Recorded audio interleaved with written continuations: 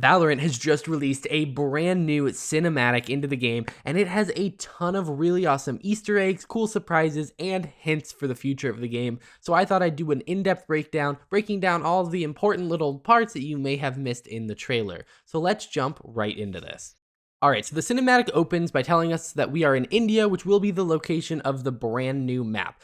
But if we zoom in on that India card, we actually learn a little bit more. So we know that we are in Western Ghats in India. So we have a little bit more of a specific location. And in addition, we also know that we are on Omega Earth thanks to this little Omega symbol. We pretty much had that figured out from like the voicemails and emails that have been in the range, but this is confirming that this is from Omega Earth. We have Astra and Harbor who have been looking for this multiversal hub in the City of Flowers. However, this cinematic's a little different. It keeps jumping between different characters' perspectives, and we move over to this nightclub in Istanbul, which is where Fate is from. But if we actually take a deeper look at this image, we actually learn a little bit by zooming in. As you can see, the Omega symbol is here as well, so we know that this is on Omega Earth and not on our main Earth. And that implies that this is the Fade from Omega Earth, not from our Earth. Then we get to see her use her fear-based powers to basically render him unconscious, very similar to what happened in her trailer. It then has us move over to Omen, cutting a bonsai plant, and I actually think this means a lot. Alright, so for those of you who don't know, Split's internal name was Bonsai, and so it is being returned to the game with this episode, and I believe that this is a reference to that. And he's snipping some branches, and I think this is going to be basically them simplifying the map a little bit, cutting out some unnecessary corners, kind of pruning up the map, making it a lot better. Kind of a metaphor for that. I can't really see a reason why they would include that otherwise. It just seems too coincidental. But that's not all. This is where we start to get a lot of stuff. So we get a title card saying Val HQ, and if you zoom in, you get some information on this as well. We do have the Omega symbol once again showing that this is the Val headquarters from the other Earth. We've never seen this Val headquarters and have only really seen the one on our main Earth, so it's cool to see that there. Now it does say location unknown, it has all the coordinates kind of blocked out, so we don't get a ton from that, but the background of this image actually has some extra details.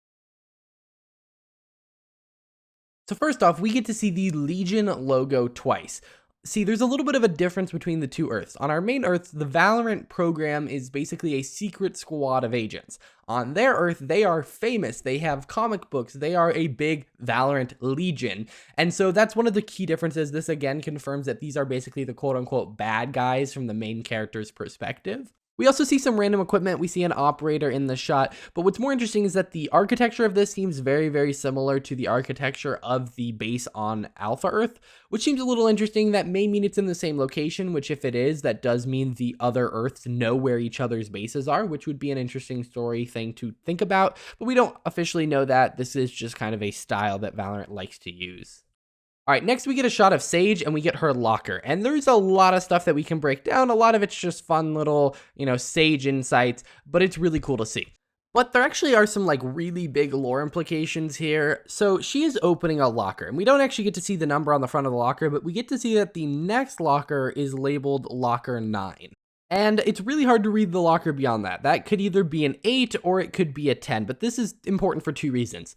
First off, on our main Earth, Sage is number 7. So in no way should it go 9 and 7, except there actually is a way, and that's the fact that on our Earth, Agent 8 is not a character, or at least they are a character, they're just not in the game, and we've had it revealed that that'll eventually be something they dive into and explore, who is this Agent 8, but at the moment, no one is this Agent 8, and actually in the warm-up trailer, their little number on their door is worn out, and it's the exact same style of lockers as in the warm-up trailer, as seen in this shot here, and they count upwards with the left side moving up, meaning to the left of that 9 should be an 8. So in this Earth, is Sage Agent 10? Or because it's the, a multiverse and it's the mirror Earth, do they go the other way? In which case, is Sage Agent 8?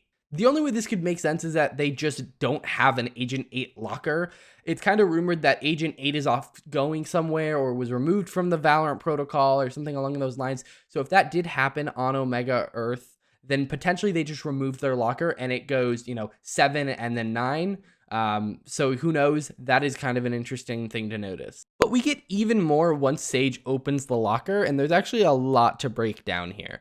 So first off, there's some really obvious stuff. So we have the Recon Phantom, Sage's like battle armor, and Sage's classic from her contract. On top of that, we have a little like Tacta buddy behind that, and that's all pretty standard. Then we have Sage's spray and a buddy that we've seen on a battle pass. But then we get a little bit more lore. It looks like Sage was either a mentor or being mentored by someone in that photo. And on the post-it note below, it looks like it says Roboter code, and then it says MaxBot number 66 is what it looks like. So it looks like they have MaxBot on this Earth as well, and that is the code to activate it, which is kind of cool to see. MaxBot may become an actual factor in the lore. It is a very, very powerful robot, and seeing that continuity here is great. It wasn't just a one-off thing. Then we get this newspaper from the Undercurrent, which is supposedly a newspaper from Pearl, and it says in Portuguese, statues erected in honor of the Valorant Legion. Again, on this Earth, they are considered heroes, not a secret organization, so everyone knows about them, and so Sage is just keeping that newspaper there as she is one of the statues. Then when she actually pulls out her gun, you can see behind it, it says, I am not just your healer, one of her signature powerful voice lines, and it's cool to see that she has it inscribed in her locker. Then we see her go to face off against a couple bots, similar to the warm-up trailer. She's in a new suit of armor that we've never really seen before, and it's the same battlefield that they fought MaxBot on. And it's the same battlefield that they fought MaxBot on Alpha Earth, again showing the similarities between the two compounds. Then we jump over to Korea, the home country of Jet, and the Omega symbol shows that we are still on Omega Earth. And we see Raze and Killjoy in different outfits than we're used to, kind of just vibing to some music. Jet walks over and has her signature knife hanging from her necklace, and that's pretty much it. It's just an establishing shot. We then go back to Fade, and we see that she's pulling out the phone of this guy who she's basically hypnotizing, and we get a lot of stuff here. So let's break down exactly what we're seeing. All right, so we actually get to see the schematics of the new map here. So there are these really big temple buildings, and this is kind of an above ground look at the new map, which is apparently going to be called Lotus. It's very, very awesome. It's going to have 3 sites, and we'll see a little bit more about that now. But as you can see, it is a much taller vertical map. Now, I don't think that means you're going to be able to go vertically in it, but it just is very similar to Split, where the architecture is high up. Either way, we then see this guy kind of look over and notice what Fade is doing. Fade takes note of that, and by the time the two guys get over there, she is gone. She sneaks into the crowd, and she kind of gets away at that point. We then flash back to Sage and see that she's fighting off against a ton of bots, and she takes them all down, being really, really awesome. This is our first time really seeing Sage in battle in a cinematic, and it's really, really cool. We even get a little first-person perspective and get to see her taking down all the enemies. We then flash back to Killjoy, Raze, and Jet, and again, they're kind of just talking. We then cut back to where we started this, with Harbor and Astra making a huge jump, Astra saving Harbor. We then flash back to all of the previous things, just getting a little bit more context of what's happening. Sage is still fighting bots, Omen is still snipping his bonsai tree, and we get some really cool looking shots. Sage running around, killing a bunch of bots, Omen snipping off parts of the bonsai tree, and it's really, really awesome. We then also go back to the 3 just having a good time, kind of as a palate cleanser it seems to be. But then Sage gets hurt, and we actually get to see the first use of her powers, but not before we jump away to the perspective of Harbor and Astra, who are trying to unlock this ancient Gate of the Guardians. This is the first time we've gotten to see Astra use her powers in universe, and Harbor uses his bracelet to unlock the door to the City of Flowers, or Lotus as we'll come to know it. They get engulfed in water, and we flash back to see Omen go and help Sage out. Another first time we get to see an agent use their power. This is actually the first time Omen or Astra has appeared in a cinematic, and it's really great to see the representation because it looks sick. We see Omen and Sage kind of exchange a nod, but no verbal talking is happening. Actually, no one said anything yet, and we get this awesome looking shot. We then flash back to Harbor and Astra, which kind of float there for a second before we flash back to Fade, kind of prowling around, trying to avoid the attention of the people.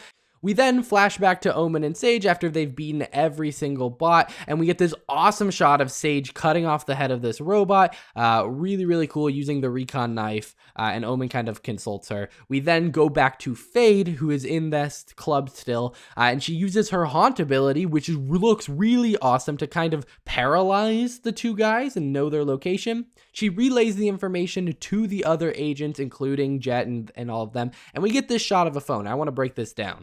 We basically get the entire map for the next map, and it's really, really cool. It shows 3 bomb sites and kind of a more traditional looking design. I will say it does kind of remind me of Haven, where it looks like there are kind of 4 places to defend from. We have an A, B, and C site, but overall this should be the map, and it kind of confirms that there are 3 sites based on the 3 little icons. Very, very cool to have it revealed in this way rather than being leaked or just in a random trailer. Then we get this shot, which is pretty cool. It shows Harbor and Astra as detected and the 5 other agents that have been in this trailer as like on duty to go deal with it. It confirms that the Harbor and Astra we've been following have been our Harbor and Astra, and it kind of sends every single group into this, time for battle mode. Now, it's interesting that Sky is not on the list despite being in a lot of the voice lines. We then flash back to Harbor and Astra as they kind of get out of the water, and we get our first really awesome look at the map. They kind of go up to the front, and then all of a sudden we see all of the agents come out of the shadows. Harbor and Astra go to draw their weapon, and then the 5 of them prep to fire as well. Overall, this is one of the coolest, cinematics we've gotten in a little bit. It reminds me a lot of Warm Up, where there was a lot of visual spectacle to it, but this actually has a lot of lore implications as well. I do want to say this one feels a little different than the past ones, mostly because there are no voice lines in it. It is entirely backed by music instead of having dialogue between characters, which I think is going to make it more accessible to non-English speakers as a story, as it uses a lot more visual storytelling. But overall, it's really cool. I love that this is how they're revealing, the map. Whereas in the past, I feel like it's been mostly revealed through like streamers and things like that. We got a lot of information. And if you break it down, we really get a lot of mysteries. Like, what about Agent 8? Why is Sage potentially Agent 10 on this map? Like, so many interesting things. I want to know your guys' thoughts below. I am going to link the original cinematic if you want to watch it with the music. It is copyrighted, so I can't include it here. But yeah, I'll see you guys in the next one. Bye.